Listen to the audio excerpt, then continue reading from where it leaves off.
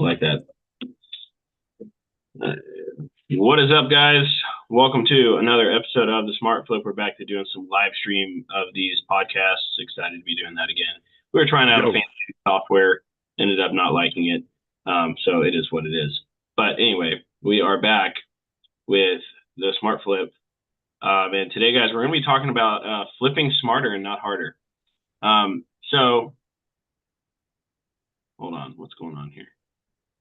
Live in... I thought I was already live. I am live. Okay. We're talking about flipping smarter and not harder. All right, we're good to go. All right, let's roll. So, Matt, I'm going to let you kick this off. This was your idea. So. What's up, everybody? It's good to see you guys. And Chris and I have not disappeared into the, into the abyss. Last week, so yeah, I couldn't talk. My throat was literally had like a golf ball in it.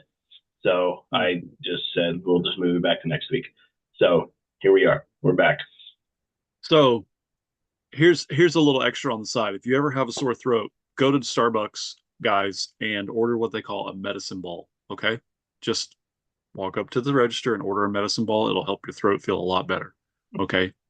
But technically, it's a combination of honey citrus, basically. But anyways, yeah, honey citrus mint, something like that. But it's great, medicine ball.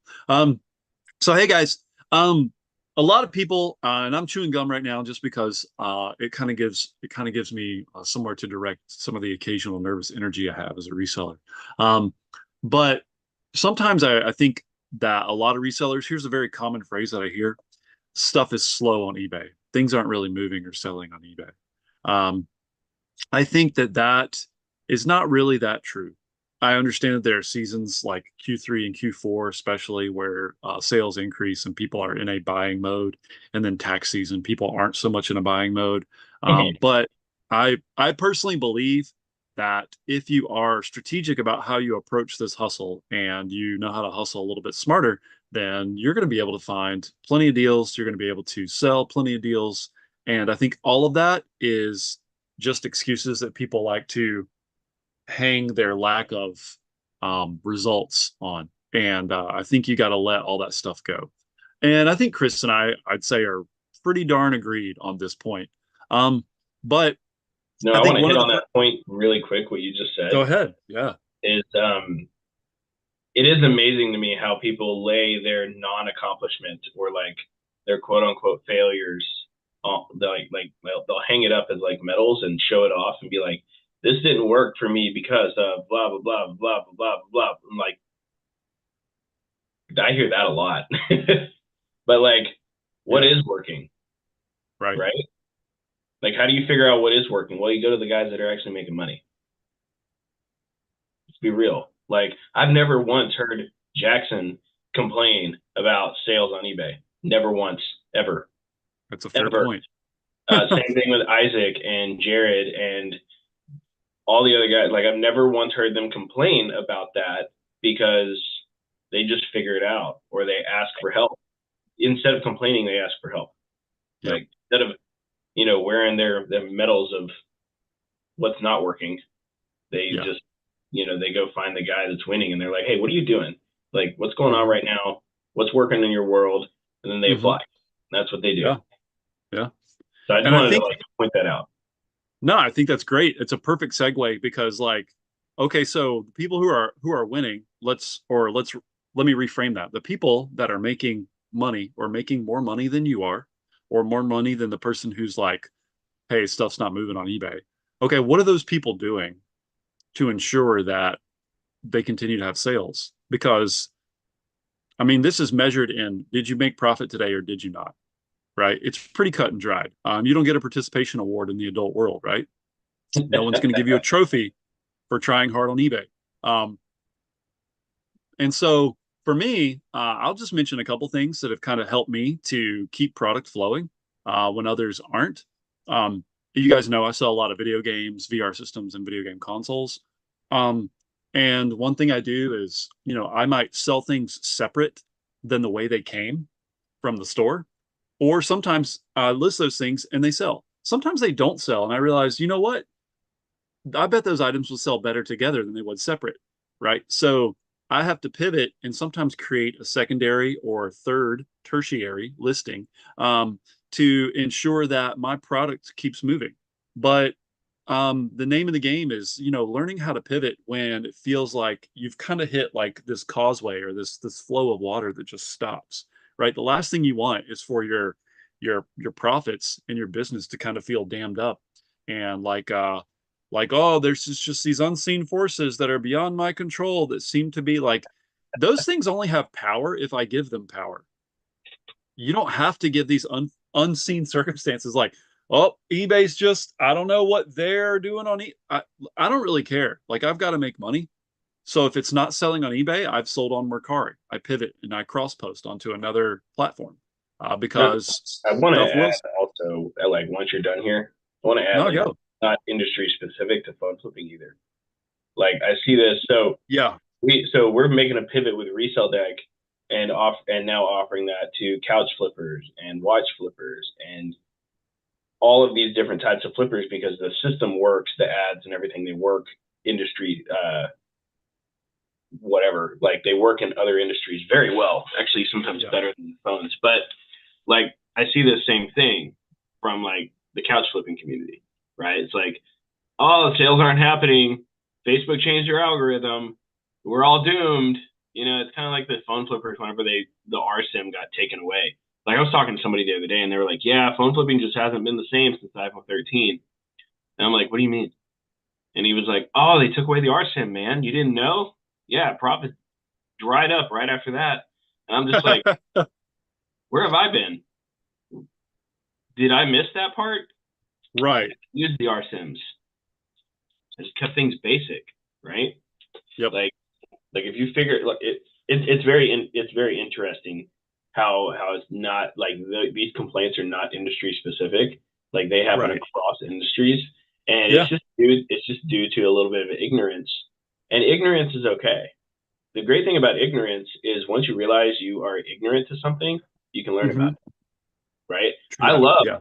whenever I figure out that I'm ignorant to something. It's like, oh, whoa, okay, I just haven't unlocked that part yet. Yep. Got it. All right, well let me dive in, put my 20 hours in Yep. on figuring this thing out, and okay, I'll Yeah. know at that point, you Yeah. know. Yeah. So I I love when my ego gets exposed. Like we all have this like kind of like confirmation bias that's like a kind yeah, of a personal feedback loop where um whenever you feel like you're right, it's like okay, like sometimes you are right. But being right isn't necessarily going to make you more profitable. And I think sometimes you got to like you have to humble yourself. You have to lay that down. You have to say, you know what, like teachability here is really what's going to ultimately help me. And so if I can just keep learning and learn more aggressively, and I think for some people say like fail or fail faster, like yeah, that's actually going to really like it's going to redesign the foundation of your thinking, especially like in your business and entrepreneurship and the hustle that you're trying to grow. And it's going to I think help you like grow past some of these stalemates or these impasses, these spaces where you keep getting stuck and all that. And so like I think that that's kind of generally like what I'm chasing. Like, is there a perspective or vantage point that I'm looking at this from that is causing me to get stuck? And what are the people doing that seem to be like unstuck or they're not even struggling with the challenge that I feel like I'm stuck in? It's like, all right, let's move out of this mud. We don't have to stay here. And so like um the sales aren't hitting, I think is some of that mud that people get stuck in. Think, can't find any deals. right. Yeah. People have a sourcing issue. Guys, have you looked online and just in like the world? There are deals everywhere. I was talking to one of my students in Console Kings about this today. Is like, yeah, I went to a thrift store and I bought this and this and this because I've shared in my course like some other items in exception to consoles that people can flip whenever they feel like the well has dried up. And it's sort of like, okay, this well dried up. Well, what do people do if the well really did dry up? We go dig another well. Let's just go find another source. I love it. Which, the inertia of that, like getting started with that feels like a hassle. I get it, guys. Like, okay, let me go try to figure out, oh, I have to go learn this other thing. It's like, well, if Kind of life. you want to make money, like what other choice do you have? Like necessity is often the mother of so much invention and ideation that you just have to be comfortable with being uncomfortable. Like, okay, well, let me go find a new place to source. Well, what are other places to source apart from online? Chris, what do you think? I could knock some doors, you know. I Uh-huh. could absolutely. I've done that, by the way. It Hmm. works. Do I want to do it? No. Ads are way easier, right? I want them knocking on my door, right? So you So can have friends ads. and family. You can oh, you can go sit by the Eco ATM. I did that too. Not the most nice thing to do to their companies, Right. but hey, they're not going to miss the couple of phones that I pay people more for. Right. You can So talk to there's, people in the grocery store. You can let them know that you yep. buy and sell phones. You can pass out business cards. You Oh, I can like it. pass out flyers. You can, Yep. gosh, there's a lot of things you can do. You can go to pawn shops. You can go to repair shops. You can go to all these different types of stores and just let them know what you do and be like, hey, do you have anything in the back that's used, damaged, or broken that you don't want anymore, or that you've had too long? Yep. Or maybe you don't have any money to buy any of those things. Well, what you can do then is you can do consignment. You can be like, hey, Yep. I sell stuff on eBay. I'll help you sell the extra stuff that you have on eBay. If Yep. if you're cool with that, we Yep. just split, something either down the middle or you get more, whatever. I'll take care of the shipping. I'll take care of the fees. I'll take care of the returns. Yep. I just ask that, you let me come in and grab the stuff. That way I can ship it out and take Yep. the pictures. Done it all. Done it all.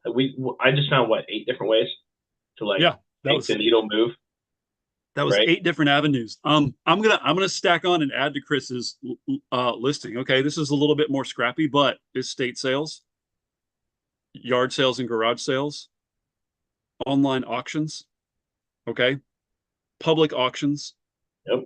um, storage, storage Yep. auctions, like, okay. Um, Let me think of a couple. I'm digging into the recesses of my brain now. Yeah, right. Right. Uh, That's let's say, the oh, area you get to when you get desperate, yeah, right? thrift stores, right? Um, yeah, so there's 6 more to Chris's 8. Okay. Let's see if we can make it an even 15. What would be another one? Right, buddy. Um, let's see. There is online sourcing through local marketplaces, basic reach outs. Okay. But we talk about Facebook, that's just one. OfferUp, that's another. Craigslist, that's another. And Nextdoor app. Those are 4 different spaces where you could go and you could look for and find deals. Okay. Um, and then there are like a crap ton of public auction sites that you guys could find. Yep. And there are also lots of places that are, so like the thing you have to realize is like each one of these almost becomes its own channel. Reach outs is one channel with 4 different methods I could creep out to. I could do Facebook, OfferUp, Craigslist or Nextdoor app, right? I could do the auction thing. Okay. Well, there's lots of different ways you could find like auctions. Um, I could hand out business cards, right? Well, you can hand out business cards, like Chris was saying, to people at a store, to an actual pawn shop, or to a repair shop, right? So, like, here's the thing that, and I say this to a lot of people, and like, it's like a three-legged stool, guys. All you really need, in my opinion, like a stool is going to stand on 3 legs as long as it has 3 legs. Your business, you want to stand on business. All you really need, I think, is 3 solid Three. avenues Yeah. You just need three. to like just 3 solid avenues. Okay. So like let's say you do like reach outs and the reach outs dry up. Okay, cool. Have you looked within a 5 to 10 mile radius to see how many pawn shops are in your city or your area? No. Okay. So clearly we just helped you find some income. You're welcome. That's totally for free, folks. Um, Thirdly, okay, oh well, I've already tapped into all the pawn shops. Okay, well, go to all the repair shops. Or you know what? Go to every phone store within a 5 to 10 mile radius, hand them your business card and tell them what you do. If you don't find at least one person to sell your phone, all right, I don't know, DM us or something. I'll give you $5 on Cash App for because clearly you need it. Okay. Um, Oh man. but in all seriousness, Like, like, no, that's, I mean, if we're real, like, there's an unlimited opportunity there. Like, and with the phone and electronics industry, like I said, guys, we're tapping into other industries in the marketing sense right now, like the couch flippers and the, I'm running ad, guys, I'm running ads for Pokemon cards right now. crazy. Like, That's crazy. like for real, like that's a thing.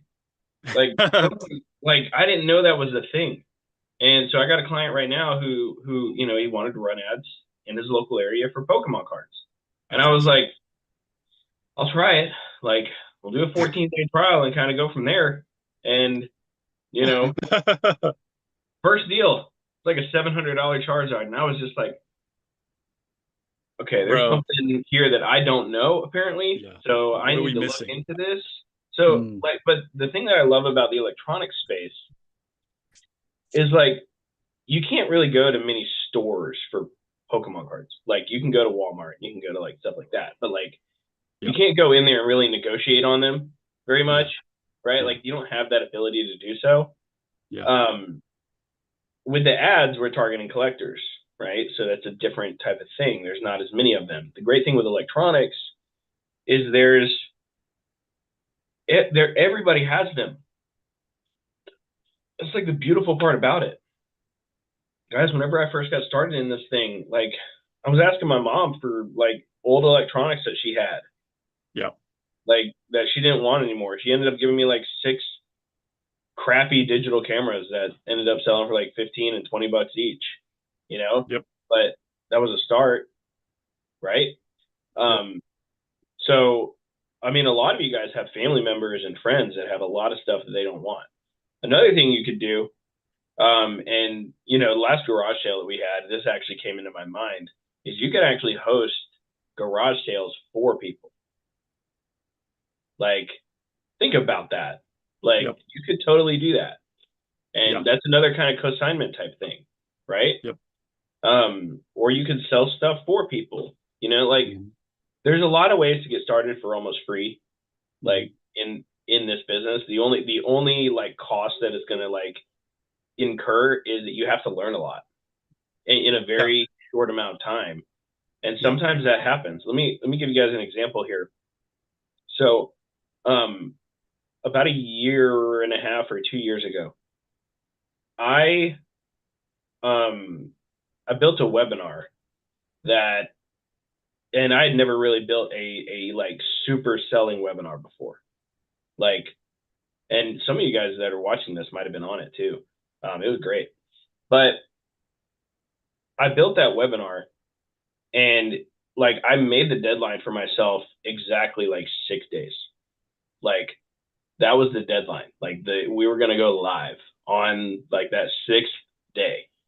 This webinar was huge. It was massive, and um, I built that whole presentation in like 36 hours. 36 hours. Now I slept for like it's probably 6 of those hours because I had to learn how to do this incredibly fast and then make it and then get it prepared on top of the marketing and on top of the right. other stuff. So like I put all of my first 20 hours into like the learning and then the rest of it into the building very fast. Like the whole outline was done and then I had to build, right? So and that's what a lot of you guys need to do is you just need to take a good 20 hours. And that can be, over the course of 20 days if you need it to Hmm. be. It can be an hour a day. Like everybody has an hour. Don't tell me you don't have an hour. Stop watching reels on your phone. Like show me your screen time and I'll show you your time. Like Fair. I've done that. I've done that to myself, right? I've had mentors do that to me because I've said the same exact bullshit to my mentors. Like at these masterminds, I'll be like, man, I just don't have enough time. You know what they say? Pull up your phone, pull up your screen time. What did it say? Facebook 2.5 hours, and they're like, oh, no, look at that, found your time. Right. And I was like, all right, it made me embarrassed, but at the same time, I was like, okay, they're really right about this. Um, Yeah. Sometimes that's the kind of thing you need, you know. My mentors Yeah. do that crap all the time. They're just like, oh, you don't have time? Oh, Yeah.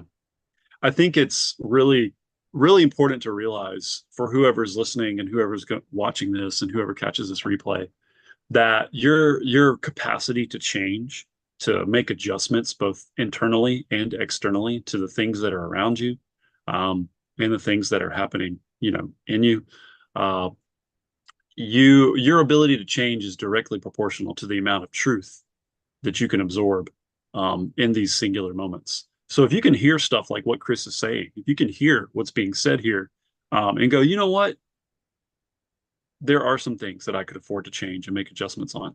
Like, then guess what? Like, you're not going to be stuck. You're not going to be the person who's not making those sales or can't find the deals. Like, you just have to be willing to swallow your pride and keep pushing forward. And if you can do that, that's great. Now, if you want to die on a hill that's pretty lonely and miserable, it's a hill called, but I'm right. Okay, so you know, um, okay. I will never say that I'm completely right, and I'm always open to, I was on a call with Navon the other day. I talk about Navon a lot because he's pretty much the epitome of what Recelerator is and what it's supposed to be. And he did $40,000 in profit last month. I'm learning stuff from him at this point because so I've been in business for 6 years, right? Like doing my thing.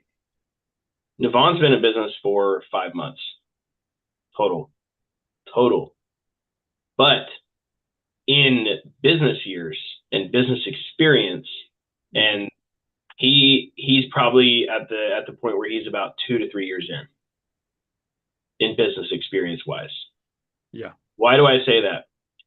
So we recommended 20 reach outs his first month, like every day, right? Mm-hmm. He did 120 a day. Mm-hmm. So he learned 5 times faster than everybody else. 5 times faster. He also got in contact with more people faster. Mm-hmm. And you know what happens when you do more reach outs and get in contact with more people faster? You find more connections faster. That's just how the game works. And I can't stress this enough. The whole game is math. Like a lot of people don't Spencer jumped back in the other day. You saw that, Matt. He jumped back in the game with us. Mm-hmm. And, I was talking with him and he was like, he was asking me a question. It was a very basic question. And I just hit him back with, bro, you know how this game works. He's like, oh, yeah, you're right. It's just math. And I'm like, it's just math, dude. Like, if you put numbers up, you can't lose. Like, it's so hard to lose. Yeah. Well, you really have to try and lose. Yeah. When I'm with the iBuy agency thing we're playing around with. Once again, reach outs. If you do enough of them, somebody's gonna be like, yeah, I need marketing. Like it's just how it works. Like, that's how the game works. Yeah. If you throw up ads, you run them, and you reach out, and you just talk to people. You have a lot of conversations. You just kind of inevitably win. It's kind of crazy how that works. And I know it sounds simple. Yeah. But it is. Yeah. I mean, in the method I teach in my course, I talk to people about, hey, here's some good math worth being good at. Is if you buy these items at this specific price point, then you're practically guaranteed to make a profit. And if you buy them beyond this price point, you're probably going to make less profit. And if you buy it at this price point, you're going to make no profit. And people will DM me and be like, hey, Matt, does this look like a good deal?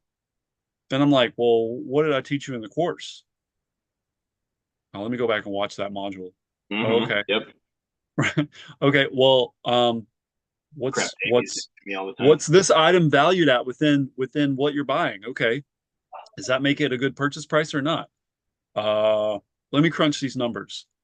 And so recently I've just been trying to put my students in a position to run the numbers themselves. Why? Because I'm not always going to be available in your DMs to answer the questions. Like, there are things that you have to figure out for yourself. And I think that is, we're all, if you're listening to this, you're probably an adult but there's all of us have ways that we still continue to need to grow up in, right? And you've probably heard Chris say before, hey, the cavalry isn't coming. Huh? No one's going to show, the talent agency isn't going to show up at your door and be like, gosh darn it, we've noticed that you're an incredible flipper and we've got a whole truck full of supplies and we're ready to just leave it here in your garage or carport. And congratulations, man, go make some money, right? You have to figure this out. And everything is figure outable. It really is. Figure Um, outable. Yeah, there we go.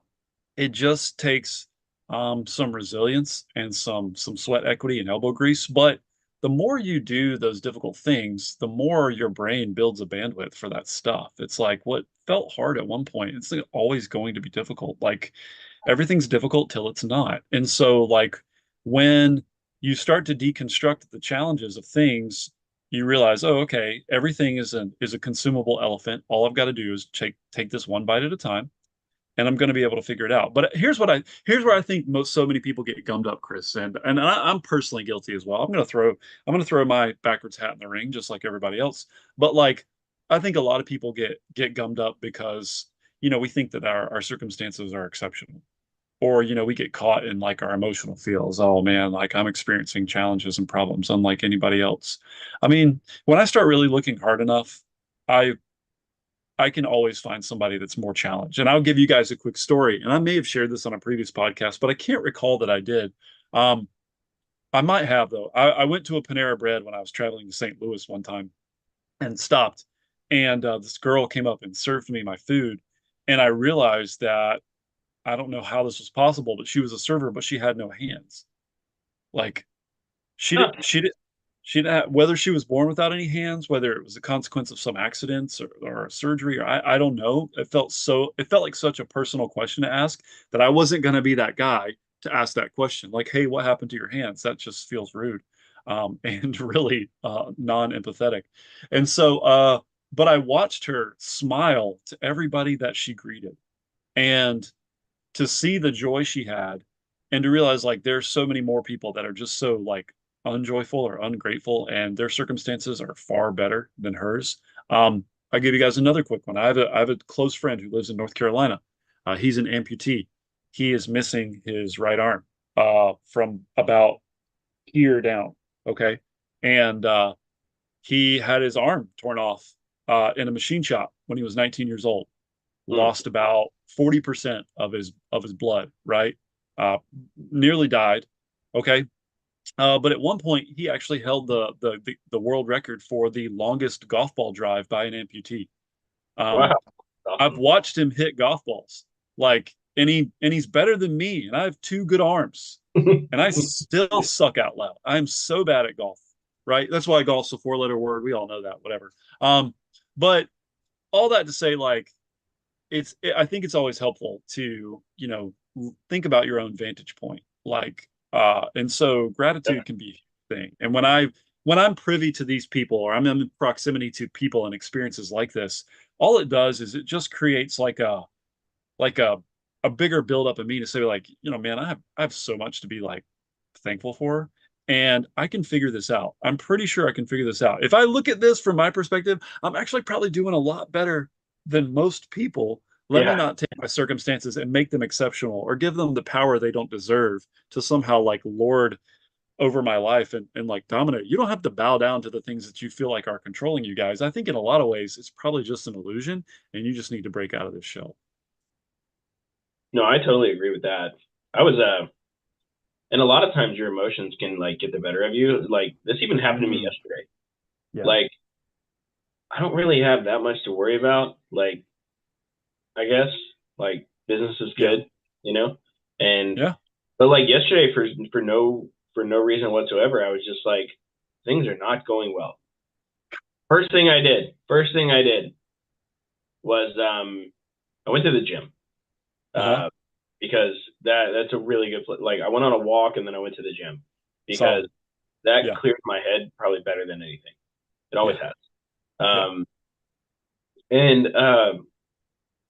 so I also have this thing on my so I have an automation set up on my phone. So whenever I plug in my phone here, it actually says something out loud. Let's do it. Maybe it's not going to do it at the moment. Oh, my sound's off. That's why. What's the phrase? It's every time I plug my phone in, it says, "What are you grateful for?" Every time.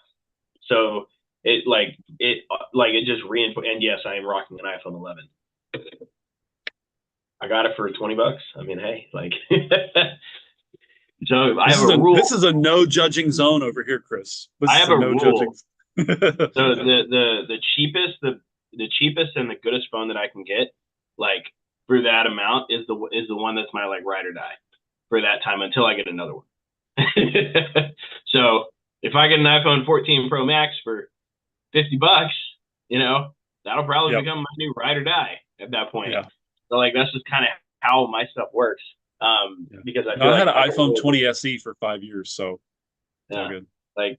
I'm not one of those phone flippers that runs around with the newest and the greatest, and like usually I flip those for a big old profit, right? Hey, and I'll keep the low end ones as my own.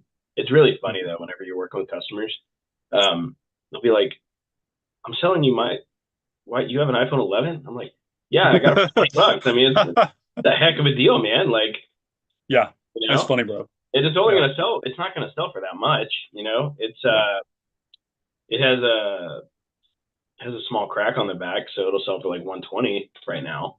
But like, I mean, hey, it doesn't affect me at all. But yeah, every time I plug my phone in, it shoots out the phrase like, "What are you grateful for?"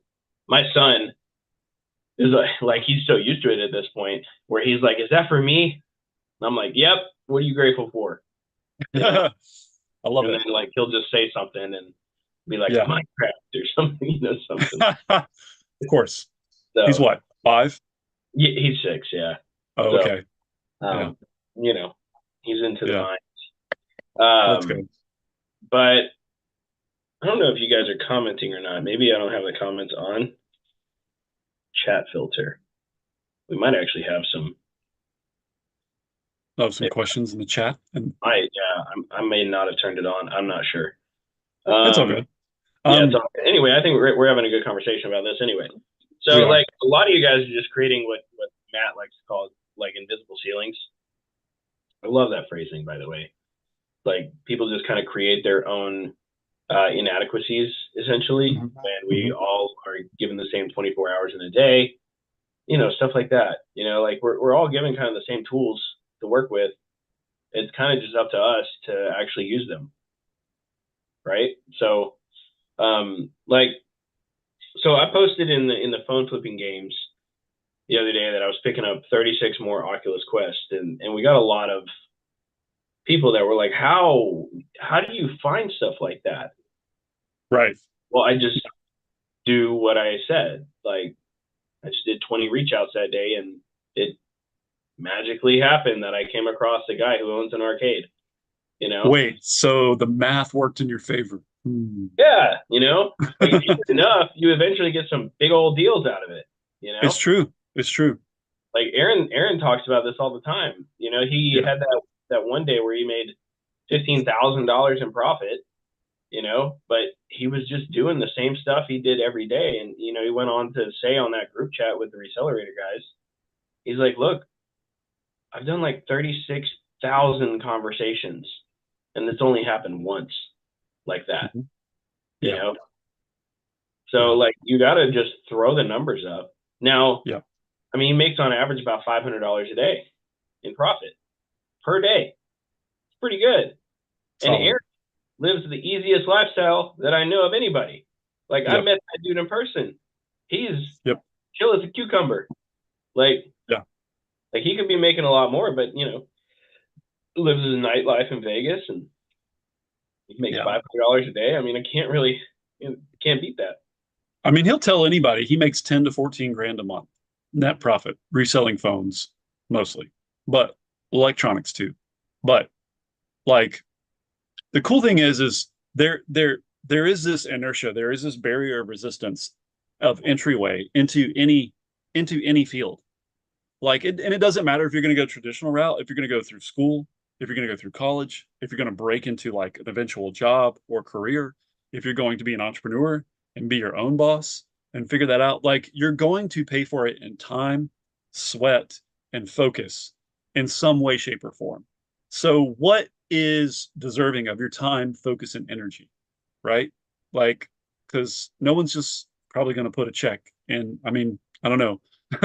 For most of us that are kind of in this industry, like, I could probably say like most of the people that I think are kind of have that hustle mentality or want to hustle smarter also weren't, handed that lot of life. And people have heard your story, Chris, and they've heard mine. If you want to go back, guys, and resource those through this YouTube channel, you can.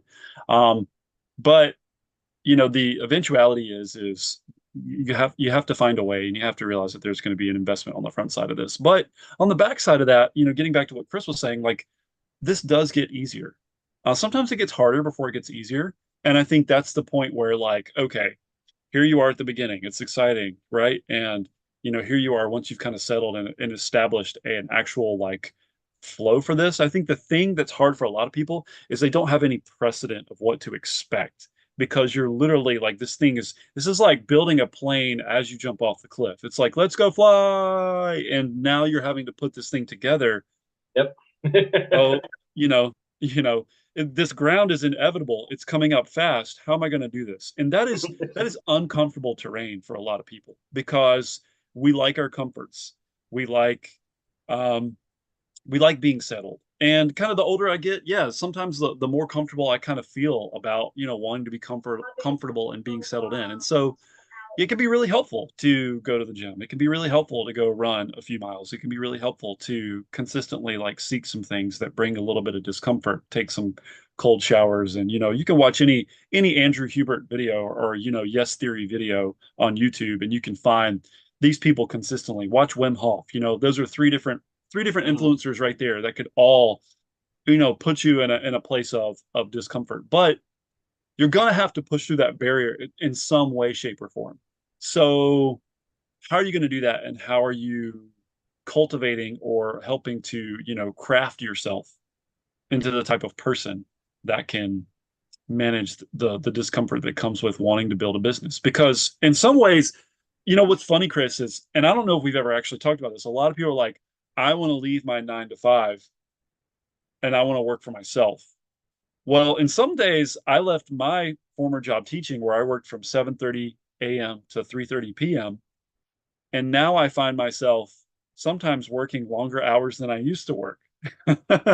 um, to try to piece things together. And um, I don't know that some people aren't prepared for that challenge um, up front, where it's like, oh, okay, I left working these hours because I want to work less hours, but I find myself working longer hours. Right, because you have to build out a system. You have to build out your own system. And in the Oh traditional yeah. world, your I want to employers have become an done that for entrepreneur. you. They've crafted a system and you get paid XYZ for inputting your time. If you want to trade, you know, wage for earning, right? Where you want to say, hey, I want to be able to reward myself for my time. And so if I do more, I get more, then you're going to have to build a system that's going to ultimately like bring about that sort of desired result. And I think that's the grind, right? That's that edge that some people I think have the capacity to push through, and some people haven't cultivated the capacity to push through, but you can. The thing is that you can. Yeah. No, so I'm going to share a whiteboard here real quick because I think this is important. I'm glad Awesome. we do this on YouTube. So, this thing I learned from Hormozy a while back, and it works really well with like helping people understand how like the game in entrepreneurship works.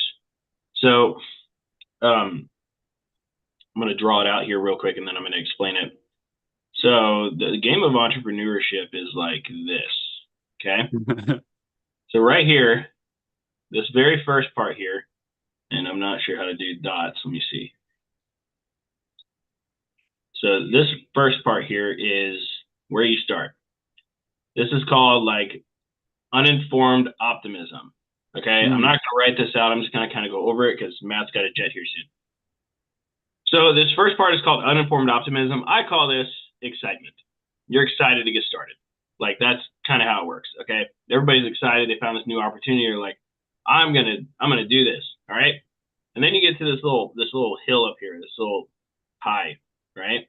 So this part is called um what I'm gonna call it anyway. I can't remember the actual terminology, but this is like where you get your very first win. And is my thing sharing here? Okay, cool. Yeah, everything's sharing. All right, cool. So this first part is like where you get your very first win. Okay. And then you get to what is called uninformed pessimism, or as I like to call it, oh, this is harder than I thought. And then things start going downhill. And then you actually have a choice at the end here, or at the bottom here. So, and that choice is, do I quit or do I find another opportunity? And what a lot of you guys do is, and this is informed pessimism at this point. So, meaning valley of death, business is probably going to stop, that type of thing, or you're going to find another opportunity, kind of thing. All right. So then what a lot of you guys do, most people do this, and I did this too, just so you guys are aware, is they go here and they're like, oh, oh my gosh, shiny object, new thing. I'm going to try drop shipping because this phone flipping thing was just too hard, man. Like it didn't work out for me. That business model is just too hard. So I'm going to try this crypto thing. I'm going to try this drop shipping thing. I'm going to try these things because these seem like a better opportunity. And then guess what happens? You go to this new opportunity, things get exciting, and you go through this entire cycle all over again. When in reality, if you would have just stuck out here in the Valley of Despair area and just like pushed through it, then you would have hit this area up here where it is informed optimism, or okay, this isn't so bad anymore. I can deal with this. All right. And then you eventually get to the point where you're actually winning and you're on top. Okay. But the whole part of it here, guys, is you gotta stick through it. You gotta stick through the hard parts. And a lot of what happens is a lot of you guys will find the new opportunity. You'll have your very first win, which reinforces that. You'll hit the informed pessimism point, which is this third circle here. Yep. And then you'll be like, oh my gosh, my business is up in flames. And usually this happens because you get an eBay return, you get scammed, you buy a fake phone, something along those lines. You hit the valley of despair and you're just like, this is not working. This opportunity does not work. And then you're like, I'm going to find a new opportunity. And then the cycle just begins again. And that's just how it works. That's the game. So don't do that. Like if you stick through, you just stick through that part. You will be okay. Like you have to go through that valley of despair point. Quit. Most people quit. Most people, I would say like 90% of people quit. And it is very difficult. And I've done that entire circle, guys. I got bored of phone flipping and I was like, this stuff sucks. I hate dealing with buyers every day. I'm going to go find something different. And guess where I ended up right back at? Back to the phone. It reminds me of that. Reselling always reminds me of like that Thanos quote from Avengers. And it's like, you tried to live with your own failure. Where did that get you? Back to me. And like, always brings me back to resell. Like, I'm inevitable. Would you throw that screen back up real quick, Chris? I would. I just kind of was thinking about. So, and I think it's like critical to kind of like. Oh no! It's okay. My bad. Oh no! Here it goes. Oh wow. Okay. All right. So like, it's a lot worse than I thought. Well, I'll just leave it up like that. I think it'll remap it or something. I'm just gonna do some diamonds here. Whoops! Whoa! Hey. Oh, okay. You can draw on it too. That's cool.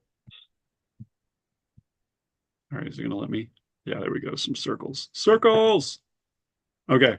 So like just kind of helping you guys understand that this thing hits on both a macroscopic scale, like a big scale, and also like a microscopic scale. Okay. So like looking at this real fast, like maybe you started here. Okay. You did some sourcing, you found all the deals in your area. Woohoo! Right? Now you're here. Now you've got now you're kind of venturing downhill a little bit and you're like, all right, like where's the other stuff? I'm not finding anything, right? And so you get here. The three things we've really talked about today and being a more strategic hustler or flipping smarter, not harder, is three things: sourcing, selling, and learning. That's it, right? The biggest obstacles you're going to have is I've got to learn something I don't know. I've got to find stuff that I don't have. I've got to get product moved that doesn't seemingly want to sell. Okay, cool. Take that, literally take this sound clip or take this moment and put those three things in front of you. Look at that question. It's just a question. Is that digestible? Can you absorb that? When you're down here, okay, and you feel like, oh no, I've officially hit rock bottom because I have $1,000 in inventory and I can't get it sold. Okay, how are you going to sell it? All right, sit down and tackle that problem and make yourself do it. Just do it. Okay. Yep. Because those three things I'd say, like selling, oh my gosh, can I talk to you about selling consoles? Like the biggest gripe I get by most people is oh my gosh, this stuff is not selling. Yep. Like, okay, well, I'm over here selling consoles, VR systems, and video games for a living, and you're not. And you want to tell me about how stuff doesn't sell when I've looked at over 40,000 deals on Facebook Marketplace and all the things? Like, I'm pretty sure that I have a larger pool of data to express my gripes than the next person. And people want to tell you, Chris, about how stuff doesn't sell. Oh, Chris, stuff doesn't sell. Do you know this stuff is hard to sell? Do you know that there are no more deals in my area? They're all gone. All the deals are gone. Like, I'm just saying, like when you start talking to people that have already experienced like the pain point or the suffering that you are currently enduring, like I want to be empathic to other people, but at the same time, I'm like, and like part of me is just like, what are you going to do about it?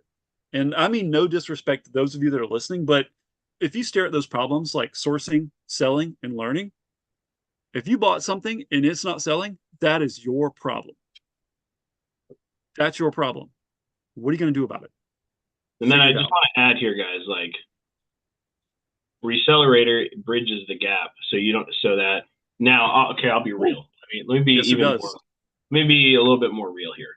So you're still gonna feel a little bit of like the Yeah. hurt, right? Like so Yep. let me actually adjust this a little bit. Like you're gonna get here, and what Recelerator is gonna do is it's actually going to do this. It's gonna make that really rough part easier.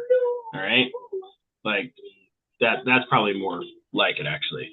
Like you're still gonna have rough times, but like Yep. our program is meant to make those times like less hard, Yep. basically. Yeah. Like You actually have dramatically help. less in some cases. Yeah, like it's gonna bridge the gap so that like um so that area of like just like decline doesn't happen as quickly. Like because that's one thing that we do for our people, especially like newer people, is like we bridge the gap so that the hard parts aren't as hard as they could be essentially. So but I think that's a good place to stop actually. So I hope you guys enjoyed this one. Matt, I know you got to jump. So well guys, this has been another episode of the Smart Flip. I hope you guys liked it. Let us know in the comments if you guys liked it or not. And a couple of resources that you guys can find. A couple weeks ago, I went over the phone flipping power list. The 5 things you need to be doing every day. You need to be doing 20 reach outs a day, making basically 20 offers per day. You need to respond to all of your leads, follow up with your leads. You need to track all of your stuff, and then you need to be learning for about 30 minutes per day. So go back. I believe it's episode 18. It's labeled the Power List. And you guys can also reach out to me on Facebook for a copy of it if you want to. It's also just gone over in the video. So with that being said, guys, this has been another episode of the Smart Flip. And if you are, here's my plug. If you're a phone flipper who's already over about $1,000 a month in profit per month, and you want to get to 5, or you want to get to 10, or you want to get to 15, reach out. We have a basically guaranteed process on how to do that as long as you are willing to actually do it. Like, I can't force you to be successful, but I can bully you a little bit into being successful. Spencer likes to say we literally bullied him into success. So, yeah. Hey guys, Recelerator definitely works. It is one of the best programs in the last 2 years. We've been able to build multiple 6-figure earners through this platform and this program. 13 now, actually.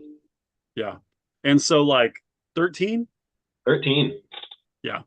Well over industry standard. Yeah, that is far better than you might expect or anticipate. And you know what? I'll kind of make this quick blurb. If you're not ready, or you feel like you're kind of easing into a different level of commitment, you could always try Console Kings. It's sort of like a more simple sort of on ramp to the full on reselling business side of things, where, you know, in my course we resell consoles, video games, and VR systems. Yeah, you just had a student make like $800 in 1 week profit. Yep. And this week, like, he literally sourced everything in his city, and he sold everything he listed on eBay within about 10 days to 2 weeks. And so he sold 800 last week, and he had $1,600 in inventory listed, and it's all already sold. So what's that? $2,400 in the last 2 weeks. Not bad, man. Also, you got the phone flipping games as well, which is $7 a month. So that's my lead magnet to get you guys in, to teach you stuff, and then eventually, hopefully, work with you. So, all right, guys. Well, that's it. Have a great day.